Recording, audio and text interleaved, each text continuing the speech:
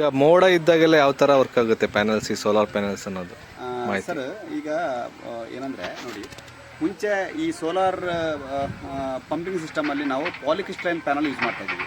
ಇದು ಏನಂದರೆ ನಿಮಗೆ ಏನಾದರೂ ಸ್ವಲ್ಪ ಕ್ಲೌಡ್ ಬಂದರೆ ತುಂಬ ಎಫಿಷಿಯನ್ಸಿಯಲ್ಲಿ ತುಂಬ ಕಡಿಮೆ ಆಗೋದು. ಈಗ ನಾವು ಯೂಸ್ ಮಾಡುವಂಥದ್ದು ಮೋನೋಕ್ರಿಸ್ಟಲೈನ್. ಈ ಮೋನೋಕ್ರಿಸ್ಟಲೈನಲ್ಲೂ ಮೋನೋಪರ್ಕ್ ಪ್ಯಾನಲ್ಸ್ ನಾವು ಯೂಸ್ ಮಾಡ್ತಾ ಇದ್ದೀವಿ ಈಗ. ಹಾಗಾಗಿ ನಮಗೆ ಈ ಕ್ಲೌಡ್ ವೆದರ್ಗೂ ನಿಮಗೆ ತುಂಬ ಡಿಫ್ರೆನ್ಸ್ ಬರೋಲ್ಲ. ಕ್ಲೌಡ್ ವೆದರ್ಗೂ ನಿಮಗೆ ಈಗ ಒಳ್ಳೆ ಸನ್ಲೈಟ್ ಇದ್ದಾಗಲೂ ಕ್ಲೌಡ್ ವೆದರ್ಗೂ ತುಂಬ ಡಿಫ್ರೆನ್ಸ್ ಆಗೋಲ್ಲ. ಸ್ವಲ್ಪ ಒಂದು 10% ನಿಮಗೆ ಕಡಿಮೆ ಆಗೋದು. ಆ ಪಾಲಿಕ್ರಿಸ್ಟಲೈನ್ನ ಪ್ಯಾನಲ್ನ ಕಂಪ್ಯಾರಿಸನ್ ಮಾಡಿದರೆ ಇದು ಈ ಮೋನೋಪರ್ಕ್ ಇದು ತುಂಬ ಫಾರ್ ಬೆಟರ್. ಹಾಗಾಗಿ ಯಾವುದೇ ಕಾರಣಕ್ಕೂ ನಿಮಗೆ ಕ್ಲೌಡ್ ವೆದರ್ಗೆ ಅಲ್ಲ ಮಳೆಗಾಲದಲ್ಲಿ ನಿಮಗೆ ಏನಾದರೂ ನೀರು ಬೇಕು ಅಂತ ಹೇಳಿದ್ರು ಮೋಟ್ರ್ ಆನ್ ಆಗುತ್ತೆ. ಹಾಗೆ ನೋಡಿ ಇಲ್ಲಿ ಇದು ಬಂದು ಸೋಲಾರ್ ಪ್ಯಾನಲ್ ಇದೆ.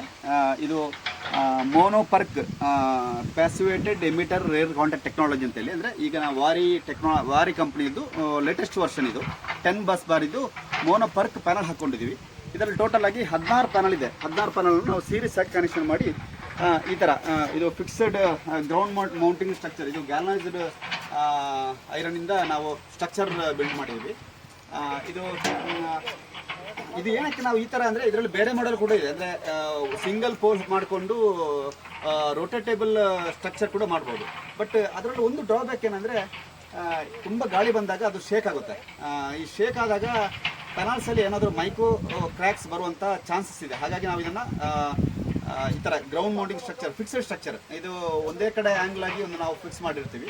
ಇದು ನಿಮಗೆ ಅಪ್ ಟು 170 ವಿಂಡ್ ಸ್ಪೀಡಲ್ಲಿ ಬಂದರೂ ಕೂಡ ಏನು ಶೇಕ್ ಆಗಲ್ಲ, ಅಷ್ಟು ಗಟ್ಟಿ ಇದೆ. ಈ ಥರ ನಾವು ಟೋಟಲ್ ಆಗಿ ಪ್ಲ್ಯಾಂಟ್ ಬಿಲ್ಡ್ ಮಾಡಿದ್ವಿ.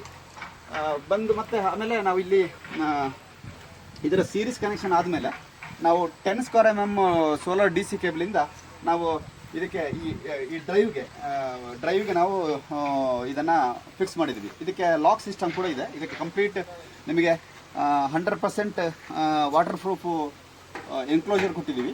ಇದನ್ನು ಈ ಥರ ಓಪನ್ ಮಾಡಿಕೊಂಡು ಇಲ್ಲಿ ಇನ್ಪುಟ್ಟು, ಆಮೇಲೆ ಇಲ್ಲಿ ಡ್ರೈವ್ ಇದೆ, ಇಲ್ಲಿ ಸ್ಟಾಪ್ ಸ್ಟಾರ್ಟ್ ಬಟನ್ ಇದೆ. ಅದರ ಮುಖಾಂತರ ಇಲ್ಲಿ ಕೇಬಲ್ ಆಗಿ ನಮ್ಮ ಪಂಪ್ಗೆ ಹೋಗುತ್ತೆ. ಈ ಥರ ಒಂದು ಸಿಸ್ಟಮ್ ಇದೆ. ಇಲ್ಲಿ ನಾವು ಗ್ರೌಂಡಿಂಗ್ ಕೂಡ ಮಾಡಿದ್ದೀವಿ. ಇದಕ್ಕೆ ಗ್ರೌಂಡ್ ಮಾಡಿ ನಾವು ಅರ್ತ್ ಪಿಟ್ ಚೇಂಬರ್ ಅಂತೇಳಿ ನಾವು ಅದರ ಕ್ಯಾಪ್ ಕೂಡ ಹಾಕಿದ್ದೀವಿ. ಈ ಥರ ಫುಲ್ ಸೇಫ್ಟಿಯಾಗಿರುತ್ತೆ. ಯಾವುದೇ ಕಾರಣಕ್ಕೆ ಇಲ್ಲಿ ಶಾಕ್ ಬರೋದು ಆ ಥರದ್ದೇನೂ ಇಲ್ಲಿ ಪ್ರಾಬ್ಲಮ್ ಬರೋದಿಲ್ಲ. ಮತ್ತು ಏನಾದರೂ ರೈತರಿಗೆ ಇದು ಯಾವ ಥರ ರನ್ ಆಗುತ್ತೆ ಅಂತ ಹೇಳಿದ್ರೆ, ಇದು ಕಂಪ್ಲೀಟ್ಲಿ ಆಟೋಮೆಟಿಕ್. ಬೆಳಗ್ಗೆ ಸನ್ಲೈಟ್ ಬಂದ ಕೂಡಲೇ ಆನ್ ಆಗುತ್ತೆ. ಸಾಯಂಕಾಲ ಒಂದು 4:15 ಈ ಸನ್ಲೈಟ್ ಇಂಟೆನ್ಸಿಟಿ ಕಡಿಮೆ ಆದಾಗ ಆಟೋಮೆಟಿಕ್ ಆಫ್ ಆಗುತ್ತೆ. ಮತ್ತು ಇದನ್ನು ಬೇಕಾದರೆ ಒಂದು ಪರ್ಟಿಕ್ಯುಲರ್ ಟೈಮಿಂಗ್ಸಲ್ಲಿ ಮಾತ್ರ ಆನ್ ಮಾಡಬೇಕು. ನಾವು ಸ್ವಲ್ಪ ದೂರದಲ್ಲಿದ್ದೀವಿ, ನಮಗೆ ಇಲ್ಲಿ ಪ್ರತಿ ಸಾರಿ ಬರೋಕ್ಕಾಗಲ್ಲ ಅನ್ನೋರಿಗೆ ಇದಕ್ಕೆ ಕೂಡ ನಾವು GSM ಕನೆಕ್ಷನ್ ಮಾಡಿ ಮೊಬೈಲ್ ಆ್ಯಪಲ್ಲಿ ಆನ್ ಆಫ್ ಮಾಡೋ ಥರನೂ ಕೂಡ ಆ ಥರನೂ ಒಂದು ಫೆಸಿಲಿಟಿ ಇದೆ ಇದರಲ್ಲಿ. ಹಾಗೆ ಬಟ್ ಇವರು ಆ ಥರ ಮಾಡ್ಕೊಂಡಿಲ್ಲ. ಇಲ್ಲೇ ಅವರು ರೈತರು ಇಲ್ಲೇ ಇದ್ದಾರೆ. ಹಾಗಾಗಿ ನಾವು ಆ ಮಾಡೆಲನ್ನು ಇಲ್ಲಿ ಮಾಡಿಲ್ಲ.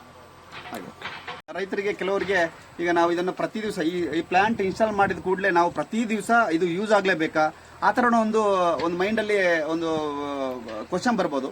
ಯಾವುದೇ ಕಾರಣಕ್ಕೂ ಇದನ್ನು ನೀವು ಆನ್ ಮಾಡಬೇಕಂತ ಏನಿಲ್ಲ, ಆನ್ ಮಾಡದೇ ಇರ್ಬೋದು. ಅಂದರೆ ಈ ಪ್ಲಾಂಟಲ್ಲಿ ಬರುವಂಥ ಪವರ್ ನೀವು ಯೂಸ್ ಮಾಡದೇ ಇದ್ದರೆ ಏನೂ ಆಗಲ್ಲ. ಅಂದರೆ ಕಂಪ್ಲೀಟ್ ಐಡ್ ಆಗಿಬಿಡುತ್ತೆ ಅಷ್ಟೇ. ಸೋಲಾರ್ ಪವರಲ್ಲಿ ನಿಮಗೆ ಇಲ್ಲೇನಾದರೂ ಈ ಮೆಕ್ಯಾನಿಸಮ್ ಡ್ಯಾಮೇಜ್ ಆಗೋದು ಇಲ್ಲ ಪ್ಯಾನಲ್ ಡ್ಯಾಮೇಜ್ ಆಗೋದು ಆ ಥರದ್ದು ಏನೂ ಇಲ್ಲ.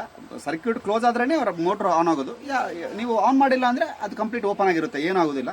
ಮತ್ತು ಇನ್ನೊಂದೇನೆಂದರೆ ರೈತರಿಗೆ ಏನಾದರೂ ಇಲ್ಲೇ ಹತ್ತಿರದಲ್ಲಿ ಮನೆ ಇದೆ, ನಮಗೆ ಈ ಪ್ಲಾಂಟಲ್ಲಿ ಮಳೆಗಾಲದಲ್ಲಿ ಏನಾದರೂ ರೈನಿ ಸೀಸನಲ್ಲಿ ನಮಗೆ ಈ ಸೋಲಾರ್ ಪವರ್ ಬೇಡ, ಹಾಗಾಗಿ ಇದನ್ನು ಮನೆಗೆ ಯೂಸ್ ಮಾಡ್ಕೋಬೋದು. ನೀವು ಇಲ್ಲೊಂದು ಚೇಂಜ್ ಅವ್ರು ಹಾಕ್ಕೊಂಡು ಮನೆಗೆ ಒಂದು 2 ಬ್ಯಾಟ್ರಿಯ ಅಲ್ಲ 4 ಬ್ಯಾಟ್ರಿ ಯೂಸ್ ಮಾಡಿಕೊಂಡು ಬ್ಯಾಟ್ರಿ ಚಾರ್ಜ್ ಆಗೋ ಥರ ಕೂಡ ಮಾಡ್ಕೋಬೋದು. ಅದು ಕೂಡ ಒಂದು ಪರ್ಮನೆಂಟ್ ಸೊಲ್ಯೂಷನ್ ಅವರಿಗೆ. ಮನೆಯವರಿಗೆ ಇದರಿಂದಲೇ ಎವ್ರಿ ಟೈಮ್ ಅವರಿಗೆ ಎನಿ ಟೈಮ್ ಪವರ್ ಇರೋ ಥರನೂ ಮಾಡ್ಬೋದು. ತುಂಬ ಜನ ಆ ಥರನೂ ತುಂಬ ಜನ ಮಾಡ್ತಾರೆ.